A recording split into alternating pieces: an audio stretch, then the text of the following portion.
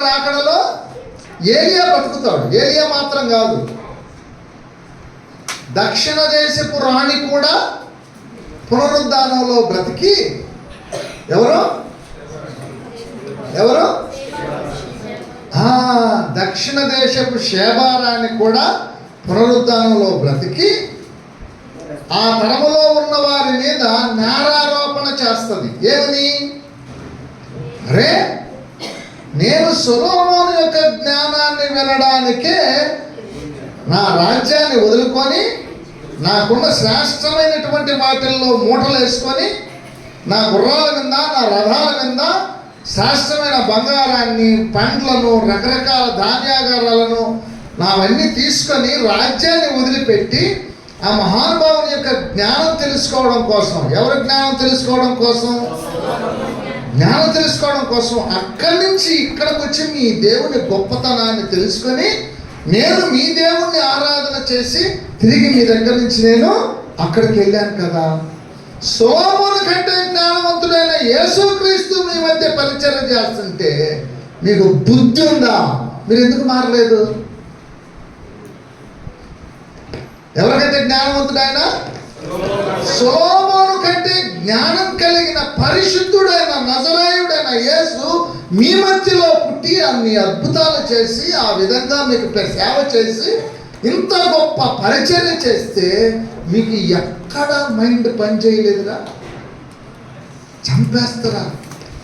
ఇదే మీకున్న జ్ఞానం? ఇదేనా మీరు నేర్చుకున్నది అని దక్షిణ దేశపు రాణి ఆ తరం వారి మీద నేరారోపణ. అర్థమవుతుందా చెప్పేది? ఈరోజు మీరు కూడా నెగ్లెక్ట్ చేసినారు అనుకోండి దేవుని వాక్యాన్ని.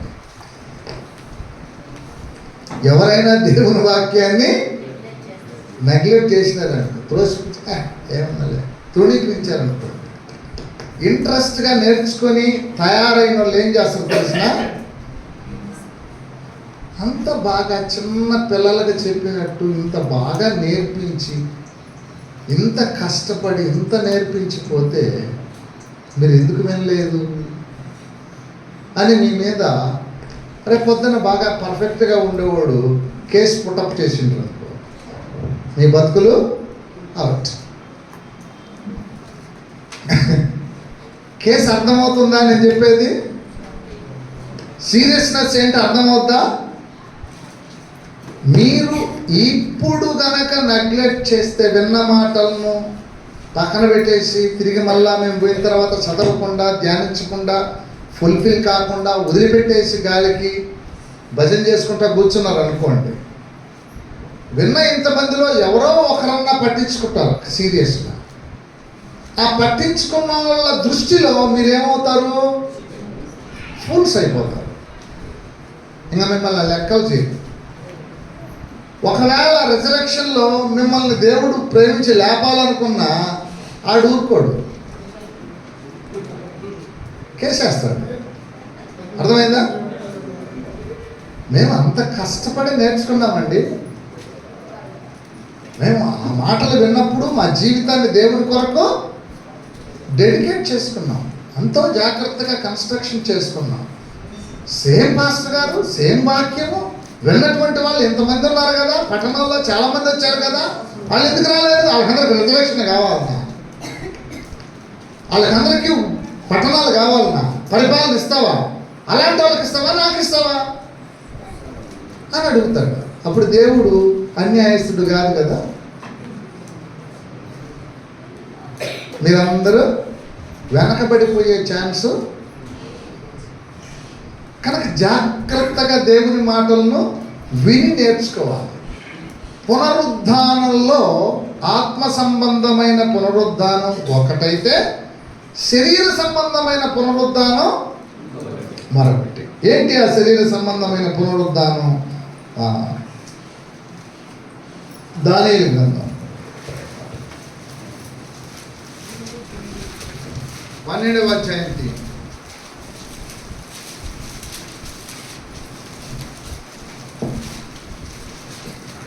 చివరి అధ్యాయం 2వ అధ్యాయం 2వ వచనం నుంచి చదవండి.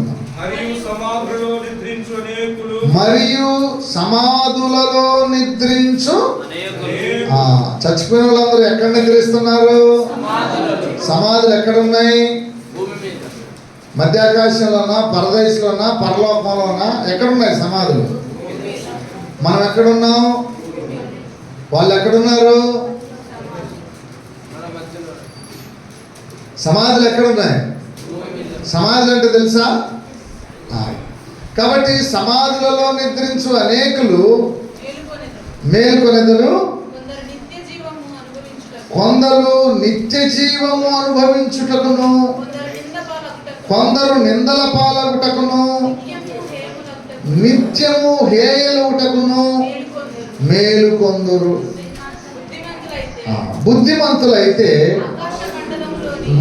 ఆకాశ మండలములోని జ్యోతులను పోలిన వారై ప్రకాశించెదరు. నీతి మార్గమును అనుసరించి నడుచుకున్నట్లు ఎవరు అనేకులను త్రిప్పుదురో వారు నక్షత్రముల వలె నిరంతరము. ఇప్పుడు అర్థమవుతుందా ఎందుకు జేమ్స్ పాల్ నాయక్ గారిని ఈ సిటీలో ఒక నక్షత్రంగా ఎందుకు పెట్టాడు దేవుడు? ఆయన ఆరిపోలేదు బిగినింగ్ నుంచి. తనకు కలిగిన కొద్ది జ్ఞానంలో ఏం చదువుకున్నాడు ఆయన? ఎవరికి చెప్తున్నాడు ఆయన దేవుని వాక్యం? ఆయన పిలిచే వాళ్ళు ఎవరు? ఎలాంటి పరిచయం చేస్తున్నాడు? ఆయన సొంత జ్ఞానమా? దేవుని జ్ఞానం, దేవుని ఆశీర్వాదం. కనుక ఆయన దేవుడే కాదు, నా దేవుడే కాదు, మనందరి దేవుడు ఆయనే. మనమందరం కూడా అలాగా వదిలిపెట్టకూడదు, ఆరిపోకూడదు. దీన్ని మనం ఏం చేయాలి? అనేకులను త్రిప్పాలి. అనేకులతో మీరు ఈ మాటలు చెప్పాలి, పంచుకోవాలి. Yes, this is truth. మీరు సత్యమునకు సాక్ష్యం ఇవ్వాలి. అతడు ప్రజ్వలించు దీపమైనట్టు అతడు సత్యమునకు సాక్ష్యం ఇచ్చాడు. ఎవరు? యోహాను. అదిగో లోక పాపమును మోసుకుని పోవు దేవుని ఆయన హెచ్చవలసి ఉన్నది, నేను తగ్గవలసి, ఆయన చెప్పుల వారు విప్పుటకు నేను పాత్రుడను. సాక్ష్యం ఇవ్వాలి. ఎవరి గురించి? మనిషి గురించి కాదు, సత్యమును గురించి సాక్ష్యం ఇవ్వాలి. సత్యము ఎవరిలో ఉంటే వారిని గురించి సాక్ష్యం ఇవ్వాలి. మనుషులను పొగడకూడదు ఎప్పుడే కానీ. మనిషి కాదు ముఖ్యం, సత్యాన్ని బట్టి మనుషులను ప్రేమించాలి. సత్యానికి మనం ఏం చేయాలట? సాక్ష్యం ఇవ్వాలి. రెండవది, సత్యమునకు మనం సహాయం చేయాలి. సత్యానికి నేను చదువుకున్నామా? సత్యమునకు 3వ యోహాను పత్రిక 8వ వచనంలో అనుకుంటాను. 3వ యోహాను పత్రిక 8వ వచనం, మనము సత్యమునకు సహాయము చేయునట్లు అట్టి వారికి ఉపకారము చేయబద్ధులమై. ఎక్కడెక్కడో ఎంతెంతో ఖర్చు పెడతాం, కానీ దేవుని కొరకని నీ దగ్గర 10 రూపాయలు ఉందనుకుంటా, 10 రూపాయలు ఎవరు ఖర్చు చేయాలి? ఎక్కడ ఇన్వెస్ట్మెంట్ చేయాలనుకున్నావు? సత్యమునకు నీవు నీ వంతు సహాయం చేయాలి. ఎక్కడ సత్యం ఉంటే ఆ సత్యానికి నువ్వు ఇచ్చే సహాయపడాలి. నీ ఆహారము కాని దాని కొరకు నీవేళ రోగలిచ్చేదవు. నీ కష్టార్జితమును నువ్వెందుకు వ్యయం చేసుకుంటావు? నా మాట విని జాగ్రత్తగా మంచి ఆహారం భుజించు. నీ దగ్గర ఉండే ఇన్వెస్ట్మెంట్ ఏం లేకపోయినా పర్వాలా, ఏం బలవంతం చేయడు దేవుడు. నీ దగ్గర ఉన్నదాన్ని మీరు పెట్టవలసి వస్తే ఎక్కడ పెట్టండి? ఇన్వెస్ట్మెంట్ సత్యం దగ్గర పెట్టండి. దేవుడు అప్పుడు మిమ్మల్ని చూస్తాడు. మీ పిల్లల్ని, మీ గ్రోత్ని, మీ కష్టాలని, మీ సమస్యల్ని మీరు ఇబ్బందులు ఉన్నప్పుడు, మీరు సమస్యలు ఉన్నప్పుడు అయ్యా అని అంటే డెఫినెట్లీ అంతే, ఇంకా మిమ్మల్ని తప్పించుకొని పక్కకు తిరగడానికి లేదు దేవుడు. ఎప్పుడు మీ ఇన్వెస్ట్మెంట్ సత్యం కొరకు నిజంగా కనుక పెట్టుంటే, మీరు ప్రార్థన చేసినప్పుడు, మీరు సమస్యల్లో ఉన్నప్పుడు, మీరు అపవాది శోధనలో ఉన్నప్పుడు జస్ట్ మోకాళ్ళు వేసి యేసయ్యా నువ్వు చెప్పినావు కదా సత్యానికి సహాయం చేయమని, మేము సత్యం విన్నాం, అక్కడ మేము సహాయం చేశాం. పేద విధవరాలు ఎంత వేసింది? చాలు. నేనేం లక్షలు కోట్లు దేవుడు అడగడు. నీ మైండ్ సెట్ అనేది దేవుడికి కావాలి. నీ బుద్ధిని మార్చడానికి దేవుడు ఏమంటాడు తెలిసిన? డబ్బు చేత, బలం చేత, బంధుబలం చేత కొవ్వెక్కి ఉంటాం మనం. కొంచెం డబ్బులు వచ్చేసినాయి అనుకో, కొవ్వు పొరలు పొరలు పొరలు పొరలు ఎక్కిపోద్ది, మాటల్లో తేడా వచ్చేస్తుంది. అర్థమవుతుందా? చూడండి, అన్నిటిలో తేడా వచ్చేస్తుంది అన్నమాట. డబ్బు చేతిలోకి వస్తానే ఇంకా మనం మాట వినాం. అయితే ఎప్పుడైతే మనల్ని మనం గమనించుకుంటాము, తగ్గించుకుంటాము, దేవుని కొరకు మనం త్యాగం చేస్తాము, డెఫినెట్లీ దేవుడు ఏం చేస్తాడు? నిన్ను హెచ్చిస్తాడు, ఆశీర్వదిస్తాడు. నీవు ఎంత ఎత్తు ఎదిగినా బలా నమ్మకమైన మంచి దాసుడా, నీకు ఇవ్వబడిన కొద్దిలో నీవు నమ్మకముగా ఉండివి గనక నేను అనేకమైన వాటి మీద అధికారిగా నియమిస్తాను. కాబట్టి నువ్వు సత్యానికి సహాయం చేయాలి. ఇది చాలా ముఖ్యం. ఇప్పుడు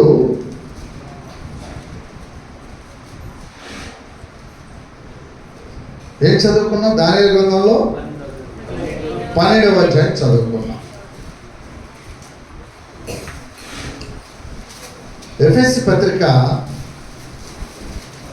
5వ అధ్యాయం 13వ వచనం. 5:13. సమస్తము ఖండింపబడి వెలుగు చేత ప్రత్యక్షపరచబడును. అమ్మా, నేను కర్ణాటకలో పరిచర్య చేసి ఆ కన్నడ వాళ్ళకి సగం కన్నడ సగం తెలుగు పూర్తిగా రాదు, కానీ వాళ్ళ ఇంట్రెస్ట్ని చూసి బాగా ఇన్స్పైర్ అయ్యి వాళ్ళ కోసం కన్నడ నేర్చుకొని కన్నడలో చెప్పిన దేవుని వాక్యం చూసి చూసి చూసి నాకు తల పిచ్చి పట్టింది. వద్దొద్దు, నా జనం దగ్గరికి నేను వెళ్ళిపోతే మా వాళ్ళు తెలుగు బ్రహ్మాండంగా మాట్లాడతారు, బహు రంజుగా ఉంటుంది, నేను కూడా తెలుగుండే కదా అని మీ దగ్గరికి వస్తే మీరు తెలుగుని కూలీ చేస్తే, అవును తల్లి, మీకు బుద్ధి ఉండాలి కొంతన్నా.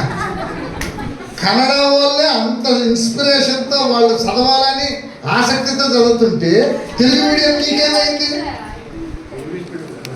తెలుగు మీడియం నీకేమైందని మీకు ఇంట్రెస్ట్ రావాలా? గాడ్ బ్లెస్ యూ అమ్మా, ఏమనుకోబా. ఎందుకంటే మీరు తెలుగు వాళ్ళని అనుకుంటున్నాను. మీరు తెలుగు చదివిన వాళ్ళు కరెక్ట్గా చదవండి, మైక్ తీసుకొని. ఎఫెసీ పత్రిక 5:13. సమస్తమును ఖండింపబడి వెలుగు చేత ప్రత్యక్షపరచబడును. ప్రత్యక్షపరచబడునది ఏదో అది వెలుగే కదా, అందుచేత నిద్రించుచున్న నీవు మేల్కొని. ఎక్కడి నుంచి లేము అంటే ఇంతకు ముందు ఎక్కడ ఉన్నావు? చచ్చిపోయి ఉన్నావు. ఇప్పుడు చావులో నుంచి దేవుడు మనల్ని పైకి లేపాడు. అంటే అజ్ఞానంలో ఉండడం అంటే అర్థం ఏంటి? మరణంలో బతుకుతున్నాం. ఓ మనుషుడా, నీ జీవించుతున్నామన్న పేరు మాత్రమే ఉన్నది కానీ మనం పాపురమై ఉండగా, అజ్ఞానంతో ఉండగా చచ్చని స్థితిలో ఉన్నాం. ఇప్పుడు సమస్తము ఖండింపబడి వెలుగు చేత ప్రత్యక్షపరచబడదు. ఆ వెలుగు నీకు ప్రత్యక్షమై ఇప్పుడు నువ్వేంటో నువ్వు తెలుసుకోగలుగుతున్నావు. ఇప్పుడు నువ్వు ఎక్కడి నుంచి లేచావు? దీన్ని ఏమంటారు? పునరుద్ధానం. ఏ పునరుద్ధానం ఇది? ఆత్మ సంబంధమైన. ఇంకా ఇదే పునరుద్ధానం కాదు, పునరుద్ధానాలు ఎన్ని చెప్పుకున్నాం? 2. ఎఫెసీ పత్రిక 2:1 కూడా చదవండి త్వరగా. మీ అపరాధముల చేతను పాపముల చేతను మీరు చచ్చిన వారై ఉండగా ఆయన మిమ్మును క్రీస్తుతో కూడా బ్రతికించెను. దీన్ని ఏమంటారు? ఏం పునరుద్ధానం ఇది?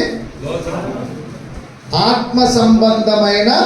మన పాపముల చేత మనం చచ్చిన స్థితిలో ఉన్నప్పుడు, బాప్తిస్మము ద్వారా చచ్చిన స్థితిలో ఉన్నప్పుడు మన చావులో నుంచి లేపు. ఇది ఆత్మ సంబంధమైన. సమాధుల్లో నుంచి శవాలను లేపే పునరుద్ధానం ఏమంటాడు? అది భౌతిక సంబంధమైన శరీర పునరుద్ధానం. ఆత్మ సంబంధమైన పునరుద్ధానము, భౌతిక సంబంధమైన పునరుద్ధానం 2. మొదటి పునరుద్ధానము, రెండవ పునరుద్ధానం. అర్థమైందా? మొదటి పునరుద్ధానం, రెండవ పునరుద్ధానం 2 కాలమానాల్లో జరుగుతాయి. ఆత్మ సంబంధమైన పునరుద్ధానము, భౌతిక సంబంధమైన. లాజరు చనిపోయినాడు. చనిపోయిన లాజర్ని ఆధ్యాత్మికంగా లేకుండా సమాధిలో నుంచి నిజంగానే బ్రతికించినాడా? చచ్చిపోయిన శవాన్ని తిరిగి మరలా బ్రతికించాడు. ఎవరు? ఆయన చచ్చిపోయి ఆయన శవంగా ఉండి ఆత్మస్వరూపంగా లేచి వచ్చి బతికించినాడా? అలాంటి చచ్చిపోయిన శవమే తిరిగి మరలా బ్రతికొచ్చి చూపించాడా? సేమ్ సమాధిలో నుంచి బయటికి వచ్చి చూపించాడు. దీన్ని ఏమంటారు? భౌతిక సంబంధమైన. అర్థమైంది? కన్ఫ్యూజ్ లేదు కదా ఎవరికి? ఇప్పుడు సద్దూకయ్యులు, మత్తయి సువార్త 22వ అధ్యాయం 23వ వచనం.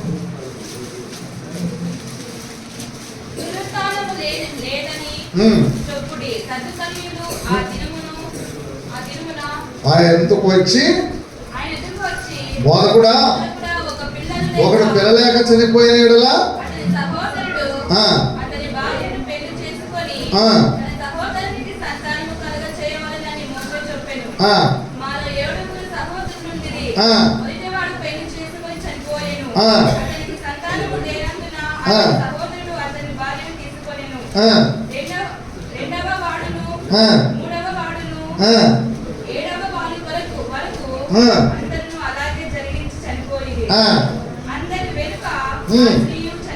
చచ్చిపోయాను. ఇప్పుడు క్వశ్చన్ బహురికి ఇచ్చారు కదా యేసు ప్రభుని. అలా డౌట్ అనమాట. అయా మోషే ధర్మశాస్త్రంలో ఒక ఆచారం ఉంది, ఒక కట్టడ. ఏందా కట్టడ?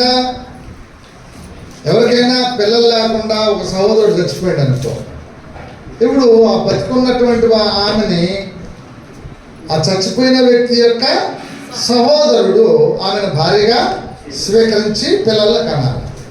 ఆ రెండవ వాడు కూడా పిల్లల్ని కనకుండా వాడు కూడా చచ్చిపోయాడు. ఎవరు? రెండవ వాడు. మూడో వాడు చేసుకున్నాడు. ఆ మూడో వాడు కూడా చచ్చిపోయాడు. అప్పుడు ఎంతమంది భర్తలు? 4 చేసుకున్నారు. అంటే 7 మంది చేసుకుంటే 7 మంది కూడా పిల్లలు లేరు. లాస్ట్గా ఆమె కూడా చచ్చిపోయింది. ఇప్పుడు నువ్వు చెప్పేది ఏంటి? బోధ పునరుద్ధానంలో లేస్తారని చెప్పినావు కదా. ఇప్పుడు అందరూ లేస్తారు. ఎవరెవరు? 7 మంది, ఈ స్త్రీ. ఇంతకీ ఈయనకి ఎవరు భారీగా ఉంటారు?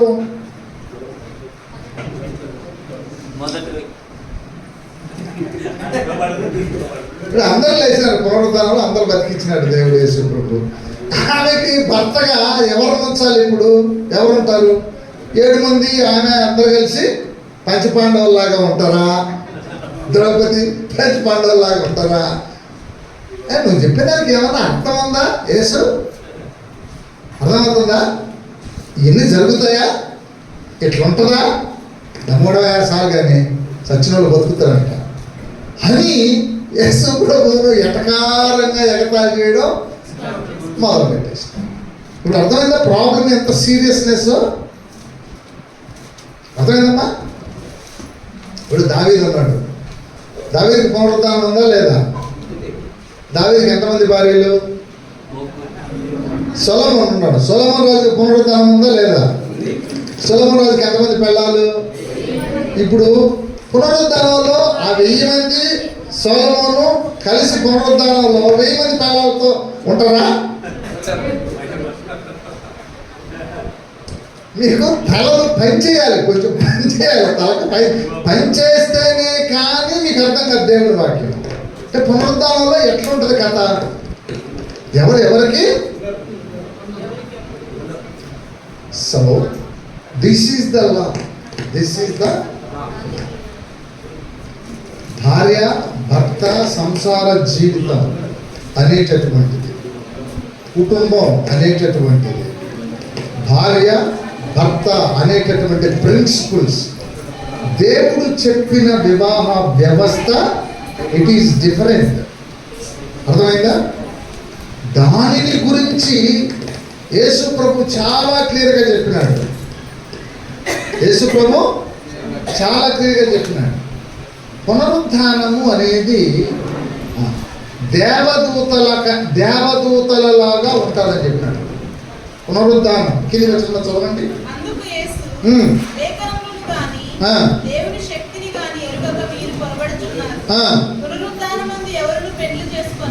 పునరుద్ధానమందు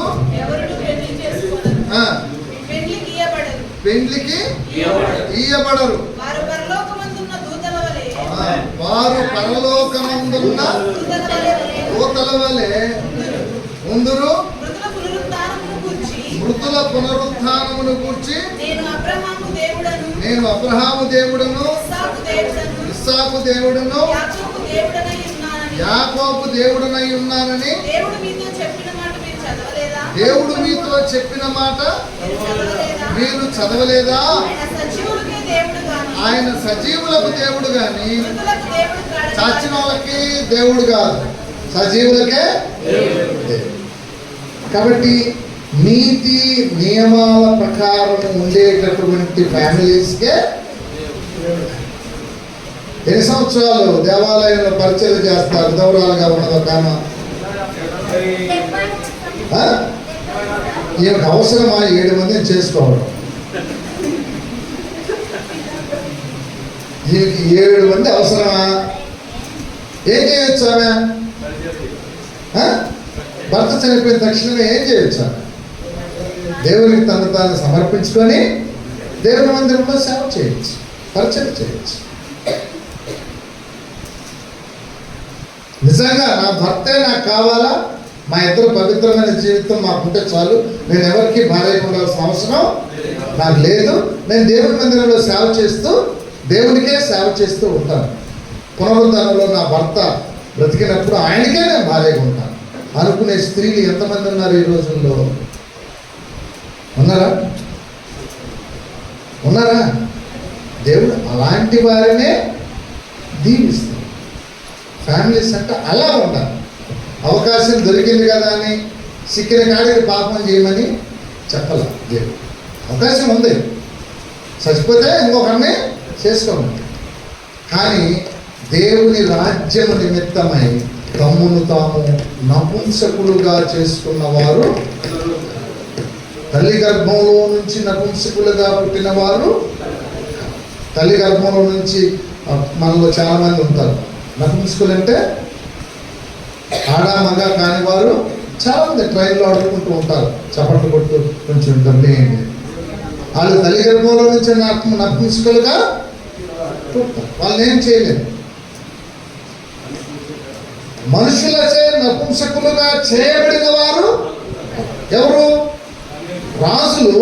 వారి పిల్లలు అందగత్తెలు కదా, వాళ్ళు యుద్ధాలకో రాజ్యాలు జయించడానికో ఎక్కడికైనా గుర్రాల మీద పోయిన అనుకోండి, ఈ అందగత్తెలైన రాణులందరూ కోటలో ఉంటారు కదా, వాళ్ళని ఎవరు వశపరుచుకోకుండా, ఆ సేనాధిపతులు వాళ్ళు కావీలు ఉంటారు కదా, వశపరుచుకోకుండా వాళ్ళ జోలికి పోకుండా ఎవరిని కావలి పెడతారో తెలుసా? రాజులు బాగా బలవంతులైన పురుషులను నపుంసకులుగా చేసి తయారు చేసి వాళ్ళు ఎందుకు పనికి రాకుండా వాళ్ళని సర్వనాశనం చేసి వాళ్ళకి కేవలం ఫుడ్ పెట్టి మా పెళ్ళాలకు మీరు కాపుదల మగవాళ్ళే, కానీ వాళ్ళు నపుంసకులు అయిపోయారు. వాళ్ళని కాపల పడతారు. మనుషుల చేత నపుంసకులుగా చేయబడ్డవారు కాదు. మూడో కేటగిరీ ఉంది, దేవుని రాజ్యము నిమిత్తము. దేనికోసం?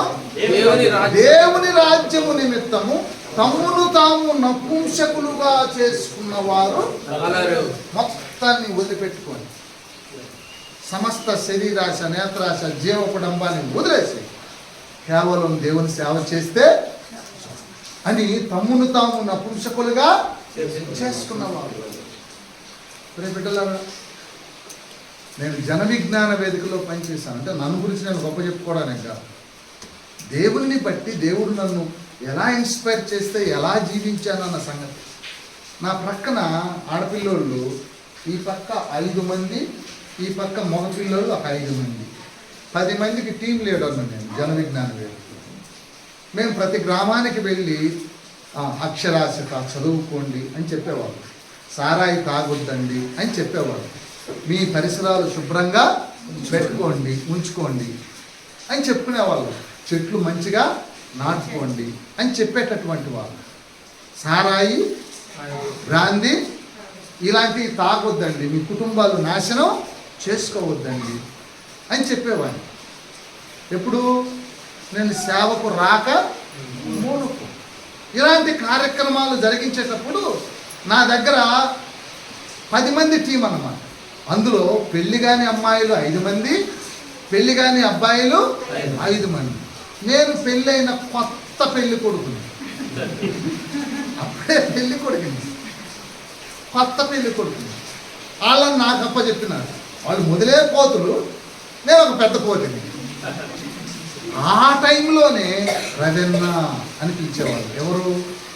ఆడపిల్లోళ్ళు ఏమని పిలిచేవాళ్ళు అంటే రవెన్న రవెన్న అంట వస్తుంటే నా సొంత అప్ప చెల్లెళ్ళగా నా పక్కలో పండుకుంటాను. మా చెల్లి నేను ఇద్దరం ఒకే మంచంలో పండుకుంటాం. తను మా చెల్లి. అర్థమవుతుందా? చిన్నపిల్లలు అంత బిడ్డలు అనుకో పైన కాలేసి పండుకుంటుంది. ఎంత నమ్మకంతో పడుకుంటుందో పైన కాలేసి. నాన్న వాగులలో చెట్ల కాడ అంత భరోసా ఇచ్చి అంత నమ్మకంగా మేము పరిచర్య చేస్తే ఆడబిడ్డలు మమ్మల్ని ఇప్పటికీ మర్చిపోరు. పెళ్ళిళ్ళు అయితే, పేరెంటాలు అయితే ఎప్పుడైతే. కార్ల్ మార్క్స్ రాసిన సిద్ధాంతం చదివితేనే శరీర ఇచ్చులన్నీ చచ్చిపోతాయి. కమ్యూనిస్ట్ పార్టీ సిద్ధాంతాలు చదివితే మనిషి మారిపోతాడు, శరీర ఇచ్చలే ఉండవు అసలు. కార్ల్ మార్క్స్ రాసినటువంటి సిద్ధాంతాన్ని చదివితేనే అలా మారితే ఇక నజరేయుడైన యేసుక్రీస్తు చెప్పిన నిబంధన చదివితే ఇంకెంత మారుతాడు వ్యక్తి? ఇంకెంత మారాలో చెప్పండి. అర్థమవుతుందా? సో నపుంసకులుగా బ్రతకడం నేర్చుకోవాలి దేవుని కోసం. నపుంసకులుగా బ్రతకడం ఎలాగో నేర్చుకోవాలి దేవుని కోసం. ఎవరు నిన్ను ఎగతాళి చేసినా, ఎవరు నిన్ను హేళన చేసినా, నేను నా ప్రభు కోసం మాత్రమే బ్రతకాలి, సేవ చేయాలి. ఎవడేమన్నా అనుకుని నాకు సంబంధం ఏంటి? దేవుని కోసం మనం అలాగా జీవించడానికి మనల్ని మనం చేసుకో. అలాంటి వారికే పునరుద్ధానం కానీ కదా, మిగతా వాళ్ళకి ఆ పునరుద్ధానంలో పాలు పంపులు ఉండవు, రాబోవు కూడా. మొదటి కొరింథీ పత్రిక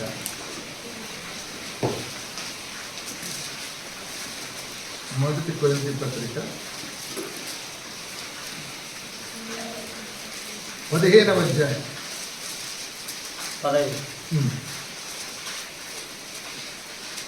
12వ వచనం నుంచి చదవండి.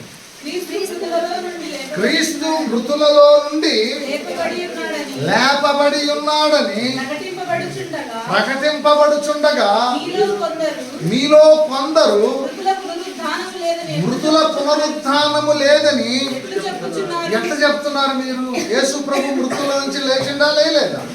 లాజరు మృతుల్లో నుంచి లేచిండా లేయలేదా? ఇన్ని వాస్తవాలు మీ కళ్ళ ముందు జరుగుతుంటే మృతుల పునరుద్ధానం లేదని మీలో కొంతమంది చెప్తున్నారు కదా. ఎట్లా చెప్తున్నారు? మీరు కడుపు కన్నం తింటున్నారా లేదా అండి? చదవమ్మా. లేని ఎడల క్రీస్తు కూడా లేపబడి ఉండలేదు.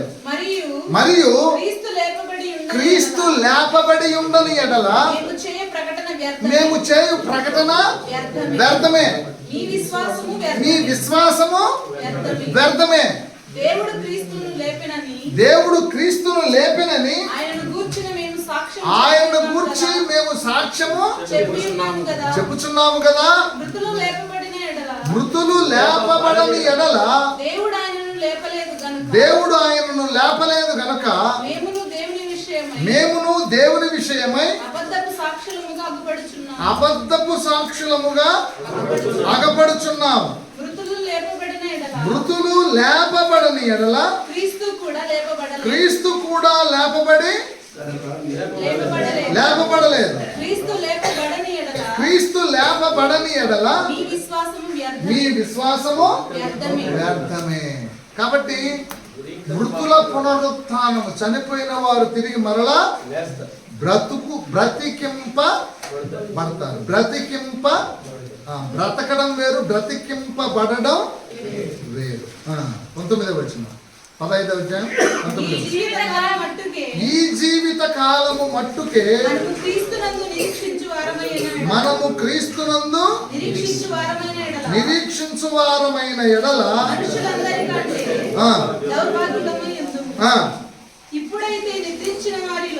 చూడండి, మనము ఈ జీవిత కాలము మట్టుకే, అంటే 70-80 ఏళ్ళ మట్టుకే నా పానమా తినుము త్రాగుము సుఖించుము, ఎందుకులే పాస్టర్ గారు ఇదంతా మాకు చాలా బాగా 70-80 ఏళ్ళు బాగా బతికి లక్షణంగా బర్త్డే ఏదో మ్యారేజ్ డే అవన్నీ పాస్టర్ గారు శుభ్రంగా కేకులు కట్ చేసి సోటు బూట్ వేసుకొని మేమంతా గౌన్లు కట్టుకొని వచ్చి మేమంతా సూట్లు వేసుకొని వస్తే మా ప్రోగ్రాం పక్క బాగా చేసి 10 మందిలో మమ్మల్ని పొగిడి మేము ప్రార్థన చేసినప్పుడు మాకు బాగా ఫుడ్ ఇచ్చి మా పిల్లలకు పెళ్ళిళ్ళు చేసి మా పిల్లలకు చదువులు ఇచ్చి ఉద్యోగాలు ఇచ్చి 70-80 ఏళ్ళ జీవితమే చాలు మాకు. ఎందుకు చర్చికి వస్తే అది చాలు అని అనుకుంటే, దానికోసం మీరు చర్చికి గనక వస్తే దేవుడు మీకు ఒక టైటిల్ ఇస్తున్నాడు. ఏం టైటిల్ చెప్పండి? దానికోసమే మీరు చర్చికి వచ్చినారంటే మీ అంత దౌర్భాగ్యం ఇంకొకడు. అర్థమవుతుందా? దానికోసం కాదు మనం చర్చికి వచ్చేది. ఈ జీవిత కాలము మట్టుకే మనము క్రీస్తునందు నిరీక్షించు వారమైన ఎడల మనుషులందరికంటే మనము దౌర్భాగ్యులమయ్యుందుము. ఇప్పుడైతే నిద్రించిన వారిలో ప్రథమ ఫలముగా క్రీస్తు మృతులలో నుండి లేపబడి ఉన్నాడు. మనుష్యుని ద్వారా మరణము వచ్చెను. ఎవరి ద్వారా వచ్చింది మరణం? ఎవరి ద్వారా వచ్చింది? ఎవరా మనుషుడు? మనుషుని ద్వారా మరణము వచ్చెను గనుక మనుషుని ద్వారానే. కాబట్టి తిరిగి మరలా మనుషులను బ్రతికించేది ఎవరు? అర్థమవుతుందా? ఇక్కడి నుంచి గుర్తుపెట్టుకోండి. మరణం ఎవరి ద్వారా వచ్చింది? ఆదాము ఎవరు? మనిషి. మానవుని ద్వారానే పాపం లోకంలోకి వచ్చింది, చచ్చిపోతున్నారు ఈరోజు. ఇప్పుడు తిరిగి మరలా బ్రతికించేటటువంటి ప్రాసెస్ కూడా ఎవరి ద్వారా జరగాలంట? చదవండి. ఆదామునందు అందరూ ఎలాగూ మృతి పొందుతున్నారు. అందరూ ఆదామునందు అందరూ మృతి పొందుతున్నారంట. ఎట్లా పొందుతున్నారు చెప్పండి? అలా ముందు ఇది అర్థం కానీ, ఆదామునందు అందరూ ఎలా మృతి పొందుతున్నారు? ఇప్పుడు నేను మృతి పొందుతున్నానంటే నన్ను పుట్టించింది ఎవరు? ఆదామా? మా నాన్న. నన్ను పుట్టించినాడు ఎవరండి? నేను పుట్టింది ఎవరికి? మా నాన్నకి. మా నాన్నకి నేను పాపినంటే నా పాపం ఎవరి ద్వారా వచ్చినట్టు? మా నాన్న. మా నాన్నకు పాపం ఎవరి ద్వారా వచ్చినట్టు? వాళ్ళ నాన్న. అట్లా వాళ్ళ నాన్నకు పాపం ఎవరి ద్వారా వచ్చినట్టు? మొదటి కడిగిపోతే ఆదాము ద్వారా పాపం ఎట్లొచ్చింది మనకందరికి? ఆదాముకు వంశావళి ఉంది ఒకటి. ఈయన కొడుకు ఆయన, ఆయన కొడుకు ఈయన, ఈయన కొడుకు ఆయన అని వీళ్ళందరి ద్వారా మనకి ఏమి సంక్రమించింది? ఇది అర్థమైందా మీకు? నేను పాపిని అని అంటే నా పాపం డైరెక్ట్గా ఆదాము పాపం కాదు. నా పాపము మా తండ్రి ద్వారా. మా తండ్రి పాపి ఎలా అయినాడు? వాళ్ళ తండ్రి పాపి. మా తండ్రి వాళ్ళ తండ్రి పాపి ఎలా అయినాడు? వాళ్ళ తండ్రి పాపి. అలాగా ఆదాము కాడికి అందరూ మొత్తం పాపంలో చచ్చి ఊరుకుంటాం. ఒకరి ద్వారా ఒకరికి పాపం. ఆస్తి పంపకాలు పంపుకున్నాం మొత్తం ఆస్తి. ఇప్పుడు చదవండి. అలా ఇది ఎలాగో ఇది ఒకరి ద్వారా ఒకరికి ఎలాగొచ్చిందో అలాగుననే సేమ్ టు సేమ్ క్రీస్తునందు అందరూ బ్రతికింపబడతారు. ప్రతివాడును తన వరసలో. అందరూ ఒకసారి కాదు, వరస ఉంది. హలో, వింటున్నారా? అందరూ బ్రతికింపబడతారు, కానీ వరుస క్రమం ఉంది. 1 2 3 4 5 అంటే వరుస ఉంది కదా. టోకన్ నెంబర్ ఉంటుంది ఒక్కొక్కడికి. ఆ టోకన్ ప్రకారమే బ్రతికింపబడతారు. అంతేగాని గుంపులుకి వచ్చి మమ్మల్ని ఇంకా అట్లా కాదనమాట. తప్పది. వరుస ప్రకారం బ్రతికింపబడతారు. చదువు తల్లి. ప్రథమ ఫలము క్రీస్తు. యేసు క్రీస్తు మృతుల్లో నుంచి బ్రతికింపబడ్డాడు కదా, ఆయన ప్రథమ ఫలము. క్రీస్తు తర్వాత ఎప్పుడంట? వచ్చాడా ఇప్పుడు ఆయన? ఇంకా రావా. ఇప్పుడు నెక్స్ట్ పునరుద్ధానం ఎప్పుడు స్టార్ట్ అవుద్ది? యేసు ప్రభు వస్తాడే, వచ్చినప్పుడు ఆయన వారు బ్రతికింపబడుదురు. వాళ్ళు బతకరు. వాళ్ళకే సమాధుల్లో నుంచి అని ఎరగొట్టుకొని సమాధిని అంతా ముక్కలు చేసాం జంబీల్లాగా లేరు. అలాగే లేగరు. సినిమాలు చూసి చెడిపోకండి. అది కాదు పునరుద్ధానం. అట్లా జరగదు. ఎలా జరుగుద్దంటే దీనికి ఒక క్రమం ఉంది. తమ వరుసలో సమాధుల తోటకు వెళ్ళి అంత్యదీనమందు దూత బూరనూదుచుండగా నిత్యవాసరంబు తెల్లవారగా రక్షణుందు కొన్న వారి పేర్లు పిలుచుచుండగా నేను కూడా చేరియుండు నచ్చట. వరస. ఈ సంవత్సరం ఎవరెవరు చనిపోయారు లిస్ట్ ఉంటుంది అన్నమాట. నెక్స్ట్ ఎవరు చనిపోయారు లిస్ట్ ఉంటుంది. ఒక్కొక్కరి పేరు, వాళ్ళ సమాధి ఎక్కడ ఉంది, ఫలానా చోట. అయ్యా నేను నీ విశ్వాసంలో, నీ విశ్వాసం ఏంటి? నా విశ్వాసం ఫలానా. చచ్చినాడు బతికినాడు కదా. ఏంటి నీ విశ్వాసం? ఫలానా. అరే ఇంత అద్భుతంగా చెప్పు. ఎవరు నీకు విశ్వాసం నడిపించింది? ఎవరు? ఫలానా. ఎక్కడుంది ఆయన సమాధి? ఫలానా చోట. ఎవరికి తెలుసు ఆ సమాధి? ఆ సమాధి ఎవరికి తెలుసు? సమాధి చేసిన వాడికి తెలుసు. సో నీకు ఈ విషయం చెప్పినటువంటి వ్యక్తి చచ్చిపోయాడు కదా, అతని సమాధి ఎక్కడుంది అంటే చూపించాల్సింది ఎవరు? విన్న నువ్వే. హలో, తిమోతి పౌలు గారి కుమారుడు. తిమోతి ఎవరు? నా నిర్యాణము సమీపమైనది.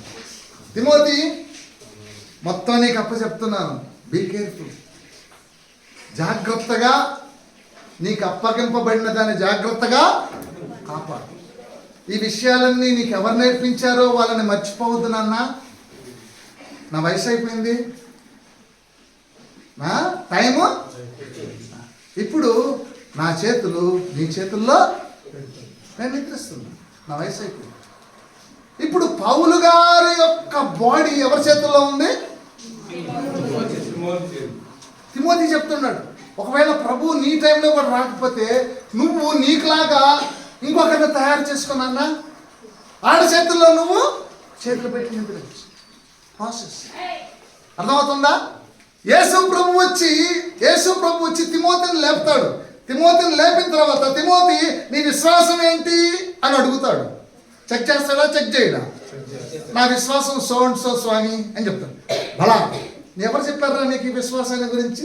మా పౌలు గారండి, మా గురువు గారు. ఆయన సమాధి ఎక్కడ ఉంది? చేసింది ఎవరు సమాధి? తిమోతినే. ఆయన సమాధి ఎక్కడుందో ఎవరికి తెలుసు? తిమోతికి తెలుసు. ఎక్కడుందో సమాధి? పాట పాడిన ఆయన పాట పాడుకుంటా ఎక్కడికి వెళ్తారు? ఎవరు సమాధి దగ్గరికి? సమాధికి రూట్ చూపించాల్సింది ఎవరు? తిమోతి. నాకు ఎవరు చెప్పలేదు యేసు ప్రభా, నేనే హీరోని. అంత హీరో, దీనికి మొత్తానికి నేనే ఫౌండర్, ప్రెసిడెంట్ నేనే. నాకు ఎవరు చెప్పాలా, నేను సొంతంగా నేర్చుకున్నా అని చెప్పాడు అనుకో తిమోతి. అక్కడ ఎవరు అవుట్? ఎవరు అవుట్? అప్పుడు తిమోతిని ఏమంటాడు దేవుడు? తిమోతిని ఏమంటాడు దేవుడు? అంటే తిమోతి సాక్ష్యం చెప్పకపోతే ఇంకెవరు పౌలు పక్షంగా సాక్ష్యం చెప్పేవాళ్ళు ఎవరు ఉండరా? పౌలు ఒక్కడికే చెప్పిండా? బోల్డ్ మందికి చెప్పిండు పౌలు. ఎంక్వైరీ చేసుకుంటాడు. ఎక్కడో ఒక చోట తేడా కొడుతుంది. పౌలు గారు నాకు తిమోతికి అందరికీ చెప్పినాడండి. తిమోతికి చెప్పింది కూడా పౌలేనా?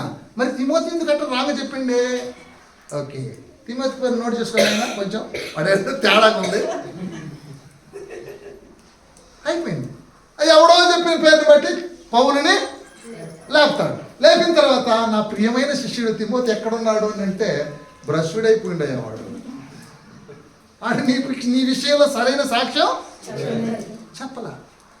అవుట్. అర్థమైందా? మేము ఎందుకు కష్టపడి పని చేస్తున్నామో, మేము ఎందుకు మిమ్మల్ని తయారు చేయాల్సి వచ్చిందో కారణం అర్థమైందా? మమ్మల్ని మేము బతికించుకోవడం కోసం. Praise the lord. ఈ డబ్బుల కోసం కాదు. మీరేదో మమ్మల్ని చూస్తారు, ఇప్పుడు ఈ జీవితంలో మాకేదో సందాలు ఇస్తారు, పెద్దవాళ్ళం అయిపోతాం కాదు. మేము పరిచర్య చేసేది దేనికోసం? మీ సాక్ష్యము ప్రభు వచ్చినప్పుడు మీరు స్టేట్మెంట్ ఇవ్వాలి. మేము మీకు ప్రకటన చేసిన సత్యము యేసయ్యకి చెప్పండి. మేము ఎంత కష్టపడ్డామో చెప్పండి. మా జీతం మీరు కాదు ఇవ్వాల్సింది. ఎవరిస్తారు? మీరు ఇచ్చే స్టేట్మెంట్ని బట్టి యేసుక్రీస్తు ఇస్తారు. మాకిచ్చిన వాడే మీకు కూడా జీతాన్ని ఇస్తాడు. అర్థమైందా? Go and preach the gospel. This is the process. This is the అంటే ఒకరి ద్వారా. ఇప్పుడు చూడండి, మత్తయి సువార్త 10వ అధ్యాయం. మత్తయి సువార్త 10వ అధ్యాయం ఇప్పుడు చదువుతాం.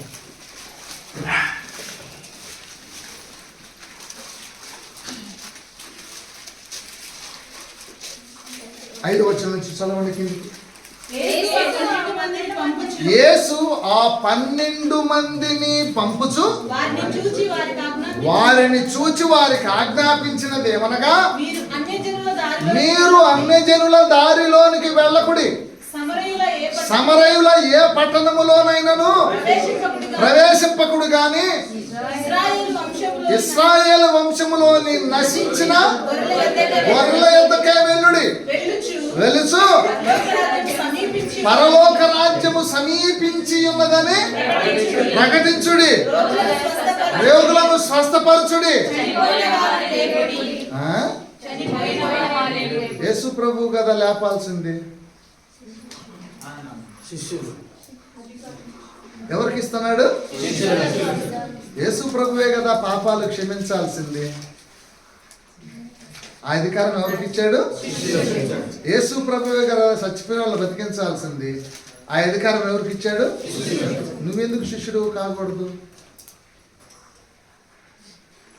నువ్వెందుకు శిష్యుడు కాకూడదు? ఎందుకు కాకూడదు? నీ వాళ్ళ కోసం, నీ బంధువుల కోసం, మన ముందున్న సమాజం కోసం, మానవ జాతి కోసం నువ్వెందుకు ప్రభు శిష్యుడిగా మారకూడదు? మారచ్చా? మారకూడదా? మారాలా? మారకూడదా? ఎందుకు? కారణం ఏంటి చెప్పండి? పాపాలు క్షమించే అధికారం నువ్వు శిష్యుడు అయితే దేవుడు నీకే ఇస్తున్నాడు. మనుషులను బ్రతికించే అధికారం నువ్వు శిష్యుడు అయితే నీకే ఇస్తున్నాడు అధికారాన్ని. అర్థమైందా? లోకంలో చచ్చిన వాళ్ళని బ్రతికించే అధికారం, అథారిటీ దేవుడు నీకు ఇస్తున్నాడు. మాస్టర్ గారు, నీ సమాధుల తోటలో చచ్చిన వాళ్ళందరినీ బ్రతికించే అధికారం, అథారిటీ నీ చేతుల్లోనే పెట్టాడు దేవుడు. నువ్వు ఎవరిని రైట్ అంటే వాడినే బతికిస్తాడు యేసయ్య, ఇంకొకరిని బతికించడు. అర్థమవుతుందా పాస్టర్స్? నీవు ఎవడి పాపం క్షమించి ఎవడికి బాప్తిస్మం ఇస్తున్నావో వాడి పాపాలు నీవు క్షమిస్తే వాడికి క్షమించబడతాయి. That much authority you have. ఎప్పుడైనా ఉపయోగించావా ఈ అథారిటీ? రాయ్, నువ్వు చావాలన్నా బతకాలన్నా నేనే అన్న సంగతిని లేఖనానుసారంగా నీ విశ్వాసకి నువ్వు బోధించగలిగినవా, చూపించగలిగినవా ఆధారాలతో? లేకుంటే జానడ పొట్టను పెంచి పోషించుకోవడం కోసం చందా ఇవ్వండి, రెండే రెండే సుని యొద్దకు రమ్మనుచున్నాడు అని జానడ పొట్టను పోషించుకోవడం కోసం జోలి సంకకేసుకున్నాడు. What is your faith in Jesus Christ? దేవునికి ఇచ్చిన అథారిటీ ఏంటి? నేను చేయమన్న సర్వీస్ ఏంటి? పని ఏంటి? ఎవరు నువ్వు దేవుని శిష్యుడు అయితే దేవునికి ఎలాంటి అధికారం ఇచ్చి ఎలాంటి పరిచర్య చేయమని చెప్పాడు? బలా నమ్మకమైన మంచి దాసుడా, నీకు ఇవ్వబడిన కొద్దిలో నీవు నమ్మకముగా ఉంటివి గనక నీకు అనేకమైన సంఘాలు ఇస్తాను. ఒకటి కాదు, రైతులో అనేక పట్టణాల పైన వాళ్ళు కాదు ముఖ్యమంత్రులు. రేపు పొద్దున కింగ్డమ్ వస్తానే. ఎవరు ముఖ్యమంత్రులు? వాళ్ళు కాదు ముఖ్యమంత్రులు. ఇప్పుడే కోరుకోండి మీ బిల్డింగ్ ఏది కావాలన్నా. సిటీ మొత్తం తిరిగి దేవుని రాజ్యం వేసుకుని పోస్తానే ఏ బిల్డింగ్ కోరుకుంటావో చూసుకోండి. మంచి బిల్డింగ్స్ చూసుకోండి. కనాన దేశంలో వారి తవ్వని బావులను ఇచ్చినాడా? ఇయ్యలేదా? వారి కట్టని ఇళ్లను పంతుల నాయక్ గారు అనుకోవచ్చు, నా రూమ్స్ ఏం బాగాలేవు, అంత బాగాలేకపోతే హోటల్లో ఉంటాలే నాయన, ఎందుకు దిగులు పట్టడం, ఎట్టో అడ్జస్ట్మెంట్ చేస్తారు సార్, మీరు ఉండాలా మీరు అని పెట్టేసినాడు. అన్నీ ఉంటున్నాం. అర్థమైందా? రేపు పొద్దున యేసు ప్రభు వచ్చి ఆయన పరిచర్య నా పరిచర్యని ప్రేమించి నీకేం కావాలరా అని కోరుకుంటే నేనైతే ఏం కోరుకుంటాను? హైదరాబాద్లో మంచి 5 స్టార్ హోటల్ నాకు నా స్నేహితులకి మా సంఘస్థులకి తలా ఒక రూమ్స్ ఇచ్చేస్తాను. That is my Kingdom. అర్థమైందా? రాజులకు until unless you can become a king, నీ ఒక రాజువు కాకపోతే నీకేం ఉండదు. దేవుడు ఇంత గొప్ప అధికారాన్ని, ఇంత గొప్ప అథారిటీని దేవుడు నీకు ఇస్తే ఏం చేస్తున్నావు నువ్వు? కదా, ఎలా తప్పించుకుంటాం దేవుని చేతుల్లో నుంచి? ఎలా తప్పించుకోగలం చెప్పండి? చివరి మాట 149వ కీర్తన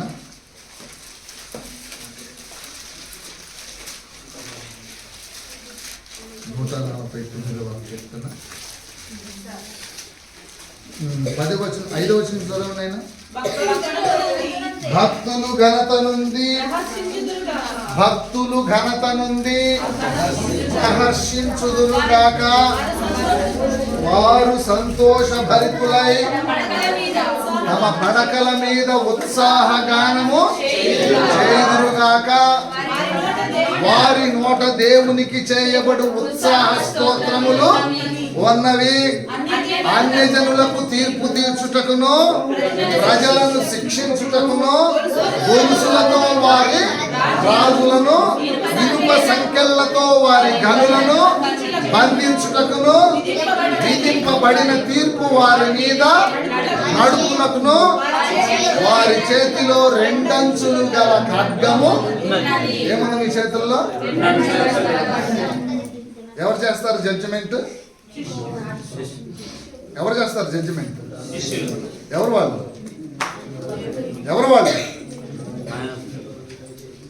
చెప్పండి శిష్యులు. మాట వరుసకైనా మేమే అని చెప్పండి. మాట వరుసకని అంటారా బాబు? కొంచెం శబాష్ అంటుంటారు. మాట వరుసకనండి.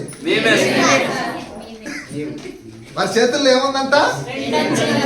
మీ చేతుల్లో ఉందా? ఉందా లేదా? విధింపబడిన తీర్పు నడుపుటకు వారి చేతిలో రెండంచులు గల ఖడ్గము. 1 కొరింథీ పత్రిక 6వ అధ్యాయం 2వ వచనం చదవండి. 1 కొరింథీ పత్రిక 6వ అధ్యాయం. పరిశుద్ధులు లోకమునకు తీర్పు తీర్చుదురని మీరు ఎరుగరా? మీ వలన లోకమునకు తీర్పు జరగవలసి ఉండగా మిక్కిలి అల్పమైన సంగతులను కూర్చి తీర్పు తీర్చుటకు మీకు యోగ్యత లేదా? మనము దేవదూతలకు తీర్పు తీర్చుదుమని ఎరుగరా? ఈ జీవన సంబంధమైన వ్యాజ్యములు మీకు ఎవరు జడ్జిమెంట్ చేస్తారంట? చెప్పండి. నేనే అని చెప్పి మనమేనే కలుపుకోవద్దు. మళ్ళా అంటే నేను గమ్ము కూర్చున్నా అది అన్న చేస్తారులే అంటే మేమంతా ఒకటేలే. అట్లాంటి పనులు చేయొద్దండి. గుంపులో పోయిందండి. మేమే కాదు, నేను అది గుంపు, అది మేమే. ఆ కాన్ఫిడెన్స్ దేవునికి కావాలి, నాకు కాదు. ఎవరికి కావాలి? నేనే ఎస్ లార్డ్, నేనే ఉంటా, నన్ను నేనే నిలబడతా. ఇదిగో నా చేతుల్లో నేను విన్నాను, నాకు తెలిసిపోయింది, నాకు అర్థమైంది. వాట్ ఈస్ యువర్ గాడ్స్, నీ ప్లాన్ ఏంటో నాకు, నీ ప్లాన్ ఆఫ్ యాక్షన్ నాకు అర్థమైపోయింది. నువ్వు రాయించిన మాటలు నేను విన్నాను, చదివాను. ఎస్, పక్కా నిర్ధారణ చేసుకున్నాను. నేను సర్వీస్ చేయడానికి వేళ, ఈ సాయంత్రం వేళ ఇంత కష్టపడి మీకు నేర్పించడానికి ఈ అంతా కలిసి ఇప్పుడు మళ్ళా ఒకసారి హెబ్రీ పత్రిక 6వ అధ్యాయం మొదటి నుంచి 6వ అధ్యాయం 2వ వచనం.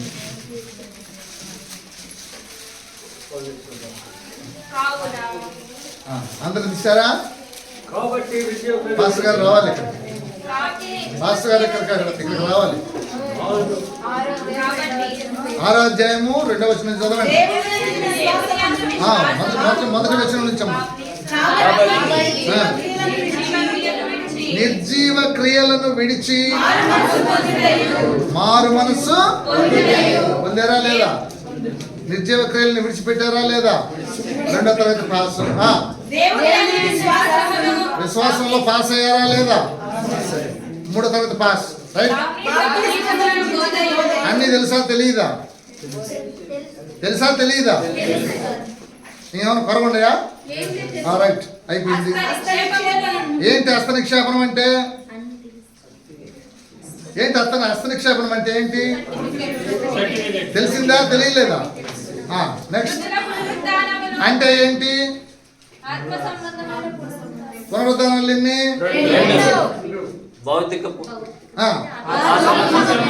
ఏ పునరుద్ధానం ఎప్పుడు జరుగుద్ది అనుకున్నాం? యేసు ప్రభు వచ్చాక. ఎవరు జడ్జిమెంట్ చేస్తారు?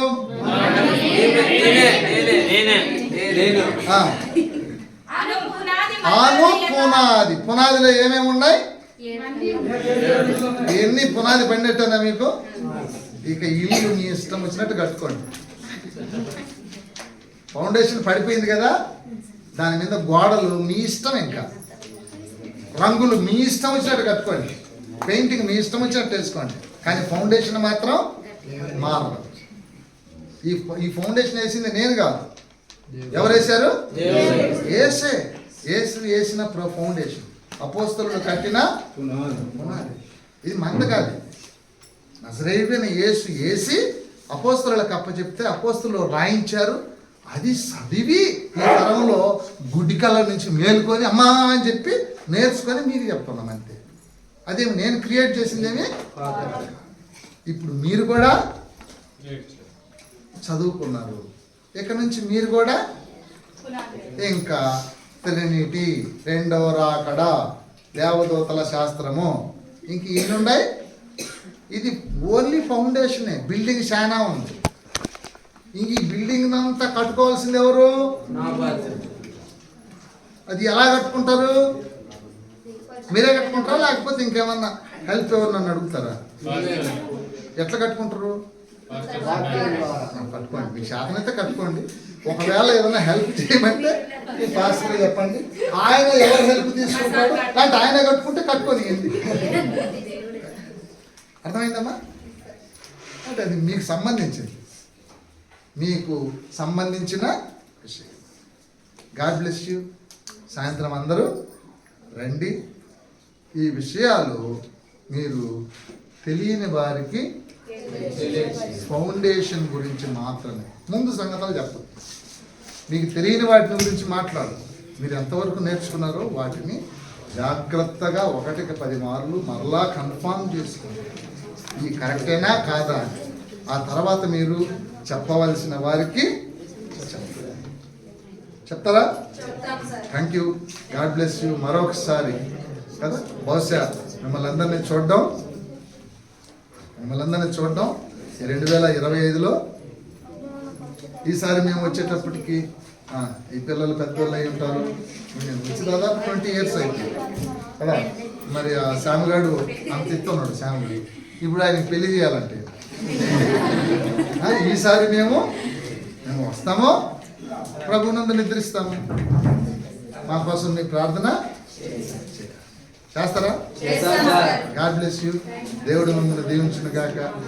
ప్రార్థనలో మేము ఎప్పుడు మిమ్మల్ని జ్ఞాపకం చేసుకుంటాం. మీ పాస్టర్ గారిని, సంఘంలో ఉన్న ప్రతి ఒక్కరిని, సావాసంలో ఉన్న ప్రతి ఒక్కరిని మేము ఎప్పుడు మీ ప్రేమను, మీ జ్ఞాపకాలను ఎప్పుడు మర్చిపోం. ప్రభువు చిత్తమైతే తిరిగి మరలా మీ మధ్యలో ఉండడానికి, మా కోసం, మా పరిచర్య కోసం, మా కోసం, మా కుమార్తె కోసం, కుమారుడి కోసం, మా భార్య కోసం, మా సహవాసం కోసం, మా సేవ కోసం మీ ప్రార్థనలో జ్ఞాపకం చేసుకోండి.